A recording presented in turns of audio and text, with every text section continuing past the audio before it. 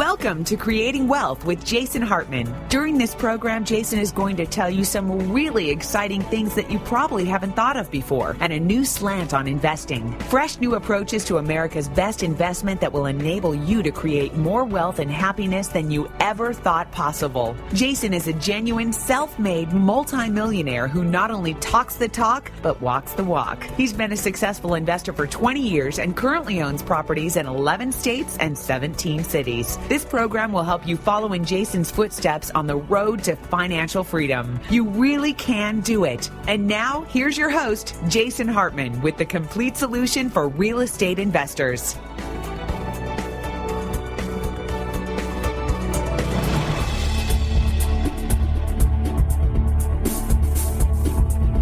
Welcome to the Creating Wealth Show. This is episode number 191, and this is your host, Jason Hartman, and I've got a few of my friends and investment counselors here in the office with me today. Sarah, Tim, and Ari. How you guys doing? Good. We're great. Doing great, thanks. Fantastic. All right. Well, there's a positive response. Aren't they positive, though?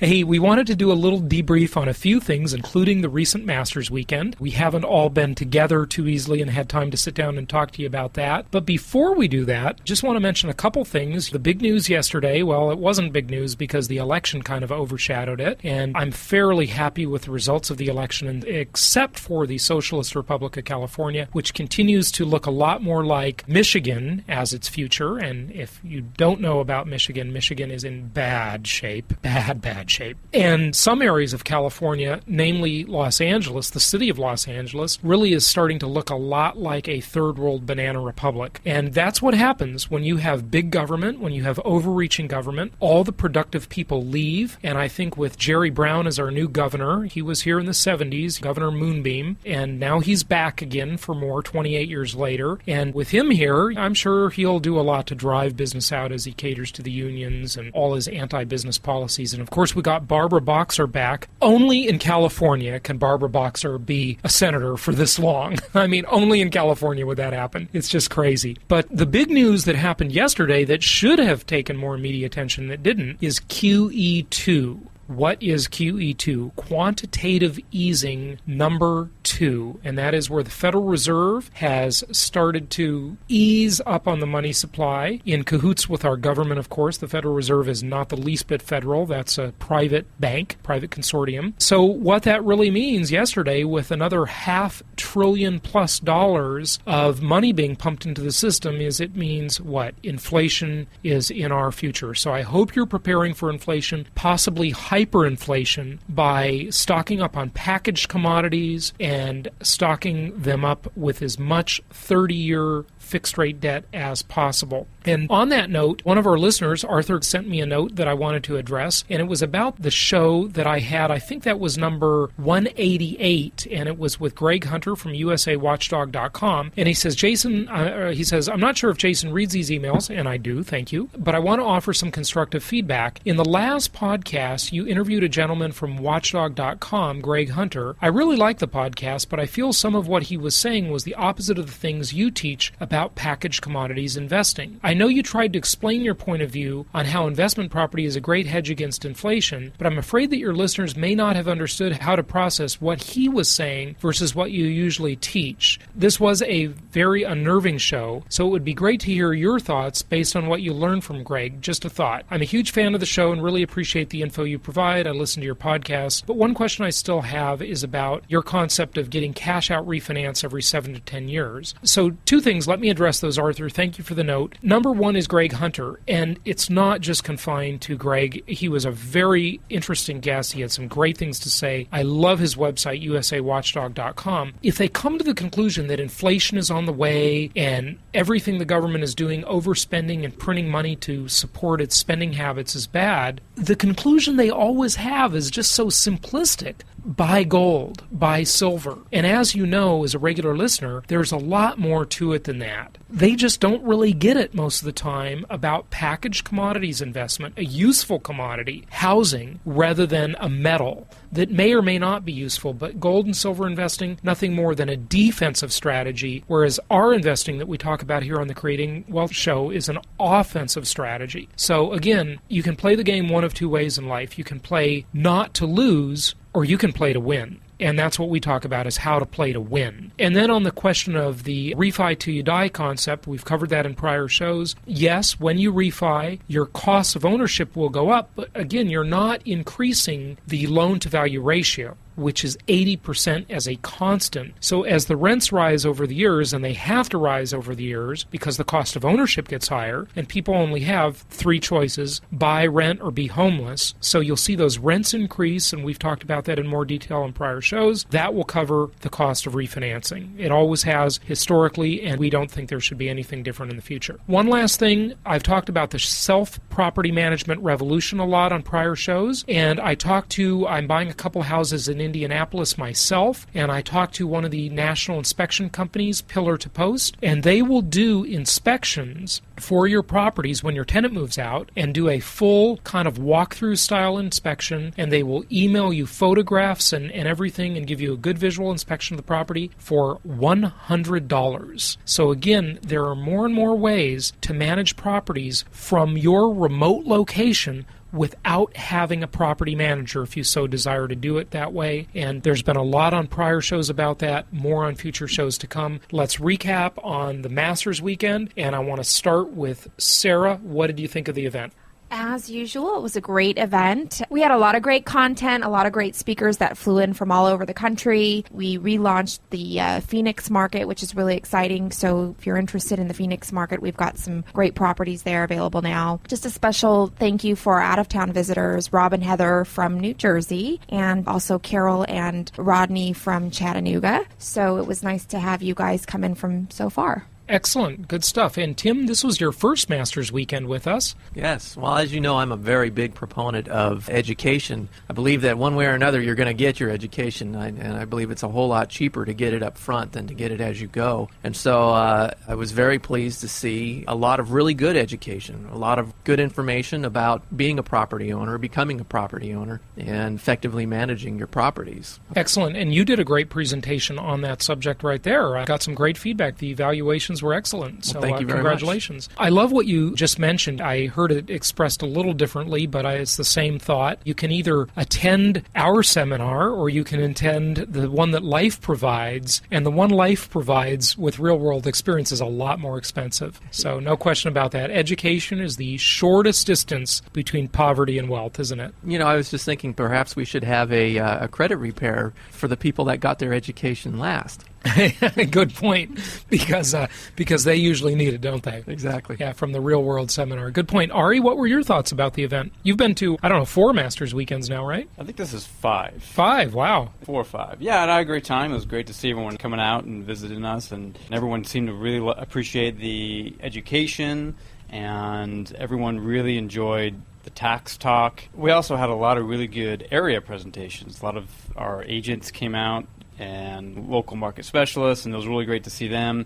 As Sarah mentioned, Phoenix was probably one of the hottest presentations that we had in a long time. A lot of people really got hyped up on Phoenix, and it's a great time to go in and buy there. So I would definitely agree that was a really big feature of the Masters weekend. So and one of the things that we did differently this time is we had actually 2 different vendors from Phoenix, one that specializes in multifamily properties and another one that specializes in single-family properties. So it kind of gave the attendees a choice. That's a really good point you make, Ari. Sarah, you had a thought about that? I just wanted to mention to all of our listeners, who maybe weren't at the Masters weekend, that we did develop a little bit of a waiting list in Phoenix, a lot of interest, a higher demand than we had supply of properties. So, anybody that's interested in Phoenix, really the next step for you is just to call in and get pre-approved with one of the lenders. And then we'll put you on our list of clients to notify as we start getting some of that inventory. Again, it should be real soon, and we'd love to be sending you some of the great deals that come up. And I just have to mention, it's not all about Phoenix. We have many other markets too, so keep those in mind. We did not have Atlanta there, but we had our team from Indy there, and just have a lot of other great markets as well. We had the Dallas presentation. And Sarah, I think you wanted to tell the listeners something new that we have to offer in Dallas, which is pretty interesting. Yes, we have a great promotion going on for Dallas, and the promotion goes like this. Anybody who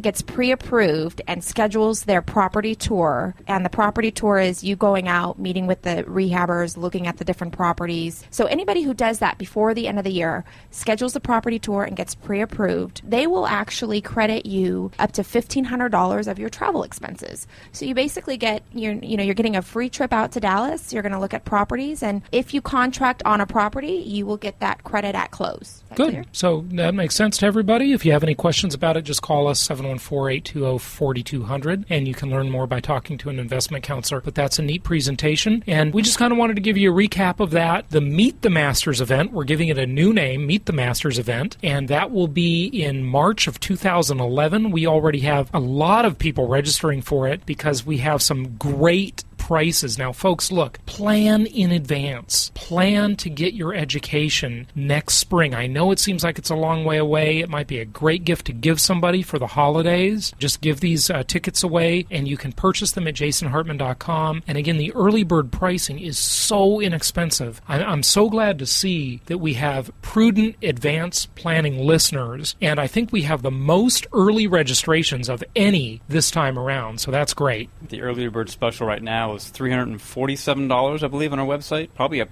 until December, I think that's good for. So that is remarkable. And that's for 3 days, right? Yes, it's for full 3 days, 3 days. Friday, Saturday, and Sunday, and we're tweaking the format a bit, so I think everybody will really like it. If you've attended this event before, attend again. You should come to every Masters weekend. We have it twice a year, or Meet the Masters now. We have it twice a year, and many of our clients have come many, many times. So attend them all, and the Creating Wealth in Today's Economy Boot Camp, attend that a couple times a year as well. And part of the reason we decided to change it to Meet the Masters is because, we wanted to clarify this isn't just an event for people who are expert real estate investors. We certainly have a lot of really sharp investors come out and re-audit the Meet the Masters or the Masters weekend, and they come out because we have new content. But it's also for, a newer investor who's just looking to come out and meet the different experts and really get educated. So it doesn't matter if you're a novice investor or you're a seasoned investor. Come out. It's a great event. We've got a lot of great content, and it's a great way to just really network with other investors and meet the team. Excellent.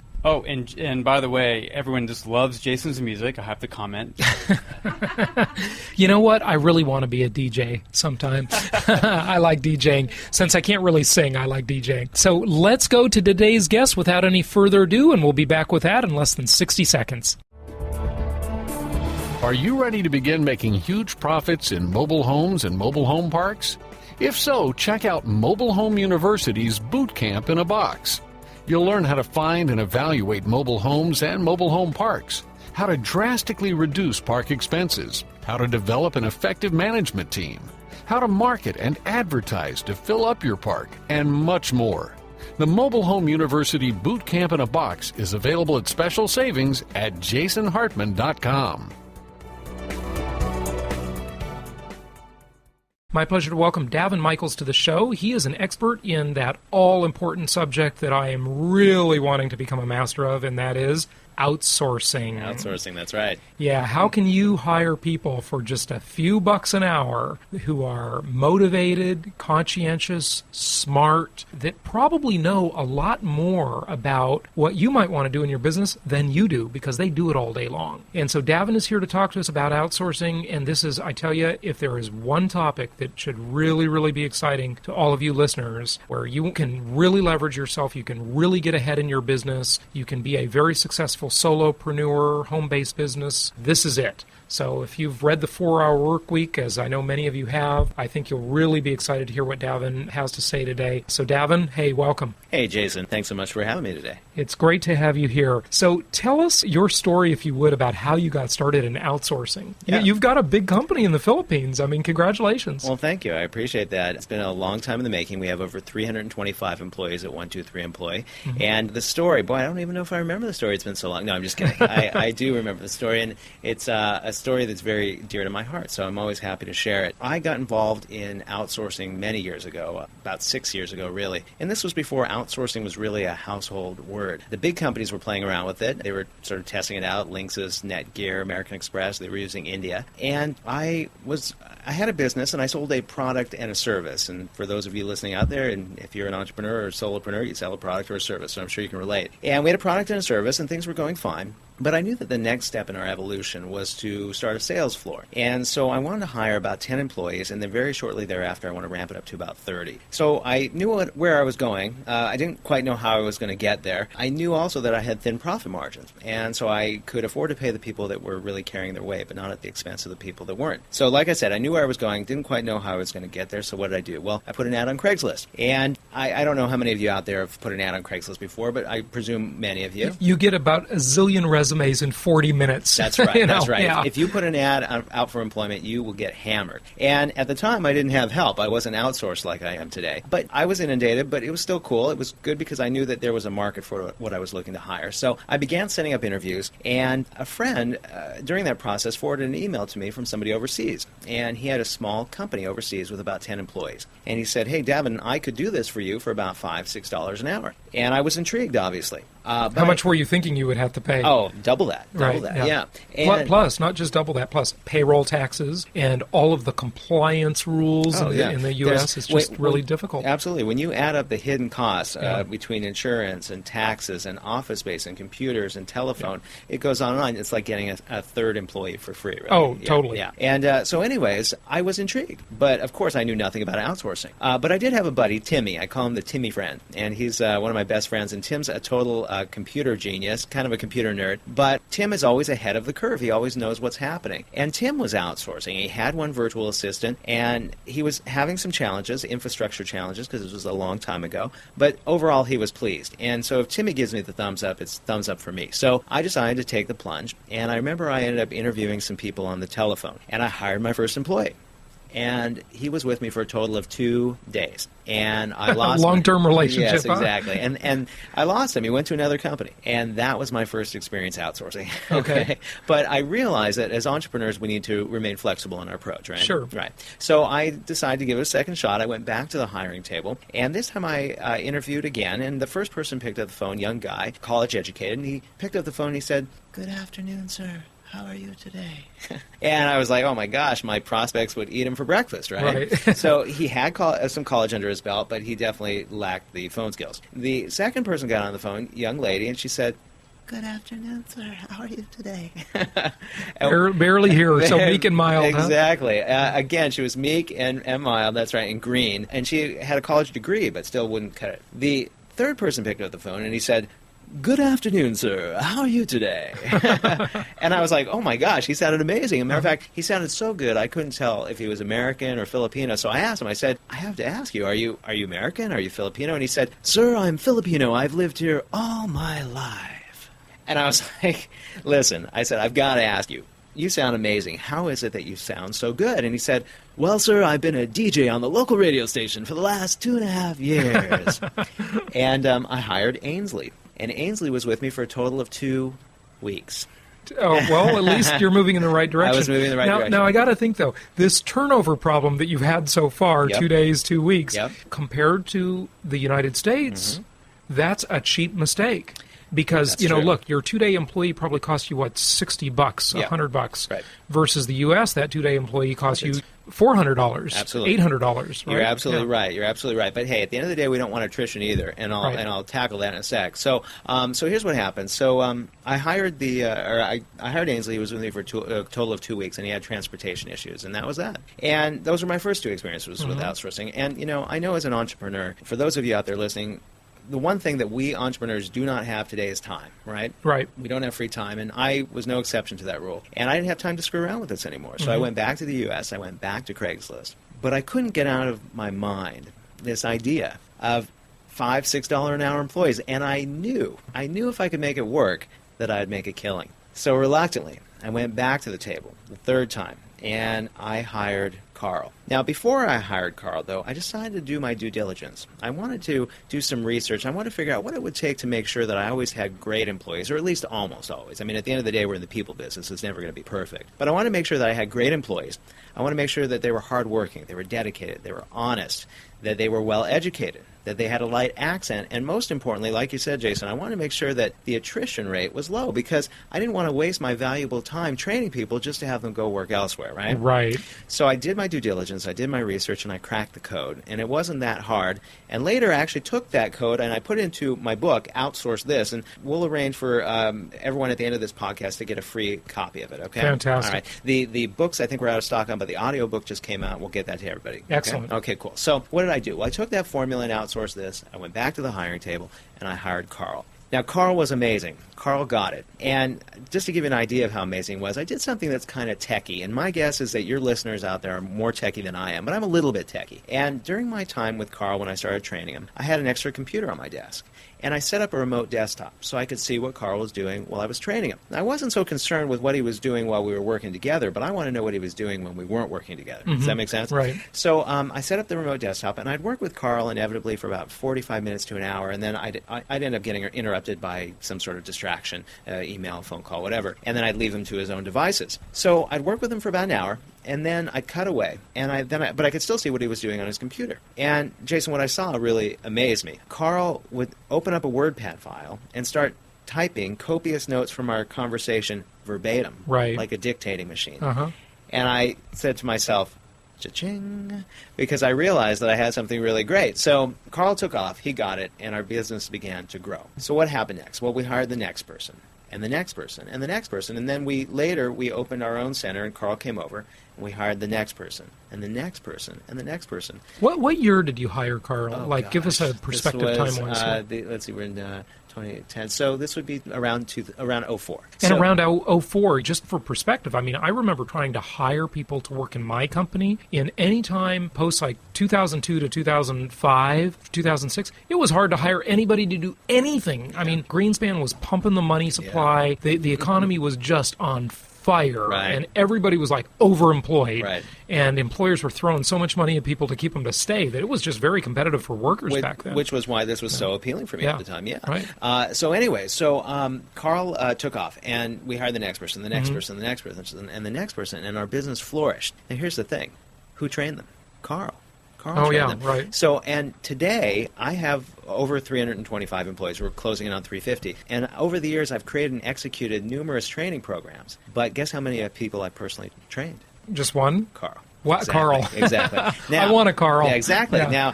Now, it doesn't end there. Right. It doesn't end there. Because how many of you out there, I'm sure everyone out there either knows a Filipino or is a Filipino, right? We all know Filipinos. And Yep. for those of you that know Filipinos, and that's where we're based, you'll know that there's no such thing as a Filipino that just supports themselves. They're always supporting their mother, their brother, their sister, Right. their father. They're paying it forward. Well, Carl was no exception to this rule. And so what happened? Well, Carl, I used to pay Carl bonuses, by the way. I pay all my people bonuses. This is nothing anybody has to do. It's elective. But you have to realize... But a bonus there is like nothing. It's nothing, right. Yeah. Your money goes... It's easy to be generous. That's right. Yeah. Your money goes a long, long way in the Philippines. So I would give Carl bonuses anywhere from $100 to $300 a month, generally closer to $300, based on performance. So Carl, though, it was a big deal for Carl. The money he was making was on par with what a dentist might make in the Philippines. So what happened? Well, Carl put himself through school. Carl put his sister through college. Carl graduated, his sister graduated. It took Carl about a year to get his visa. And today, Carl is a massage therapist here in the U.S., and we're very good friends. And people ask me, are people in the Philippines, are they paid a decent wage? Are they treated with respect? Are they honored? And my best example is Carl, because Carl was able to help his sister, his mother, himself, and me, and we're still very good friends today, and it's a great story. And my only real reason for being here with you today is because I want everyone out there to find their Carl. Davin, this is so exciting because everybody listening, even if they're not in their own business yet, everybody's got an idea. They've got that thing that they want to try out and follow through, and maybe they're working their 9-to-5 job, maybe they're happy, maybe they're not, maybe they have job security, probably they don't. Nowadays, there's no loyalty anymore at all. But they've all got that idea. What if someone listening could just take that idea and let someone else run with it for them? Just kind of keep tabs on them, but let them run with it at a very low cost. I mean, outsourcing opportunity is ideal for that. And of course, if they're in their own business, gosh, everybody's got more to do than they have hours in the day. And until they make the day 36 hours, we can all use a couple virtual assistants. Right. Yeah. And it's a very valid point. And I'll kind of just mention an industry, not that it's particularly relevant here, but many, many years ago, I was in a network marketing opportunity. This was almost 20 years ago. And I was in the top 20 of the company and made a lot of money during that time period. And I would always tell people, there were always the dabblers. Everybody had a job, and they were trying to get their network marketing business off the ground. And I remember when I did it, I did very well in a short amount of time, but that's because I ate it, lived it, slept it. Right. 16-hour days. Well, other people didn't have that luxury. But today, you can. Even if you have a JOB, if you're working at a company, right, you can continue to do your job and have employees that work for you virtually. Why not? But at the end of the day, especially, I would presume a large portion of your listeners are in the U.S., and at the end of the day, the United States is an entrepreneurial nation, and eventually it will have to go 100%. That's the only way it'll survive. Everybody will be in business for themselves. So if you're listening and you don't and you actually do have a JOB, it's just a matter of time before you have your own business. Yeah, there's no question about it. You've definitely got to have a plan B at the very least. Thank you for listening to the Creating Wealth Show. This is Jason Hartman, your host, and we appreciate you following the show. We have many, many episodes, hundreds of episodes, and some of the older episodes have been archived and placed in our members section, and that applies to this one. So we include a sample that's about 25 minutes long, and then for the rest of the show, you can go to our members section at jasonhartman.com. Many of the other shows are still in their full-length, complete version. However, some of the shows, like this one, are in our members section where you can hear the show in its entirety. And again, you just need to go to jasonhartman.com and you can get the full show there in the members section, plus a whole bunch of other great members benefits and resources, whether it be documents, forms, contracts, articles, other video and audio content. Just a great resource. So be sure to join as a member at jasonhartman.com. And thanks again for listening to the Creating Wealth Show.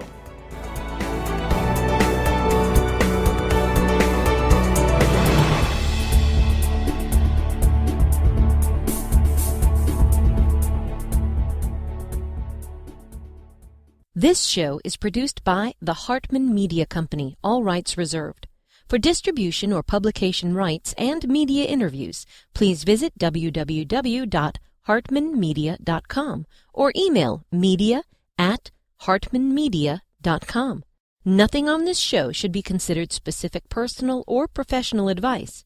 Please consult an appropriate tax, legal, real estate, or business professional for individualized advice. Opinions of guests are their own, and the host is acting on behalf of Platinum Properties Investor Network, Inc. exclusively.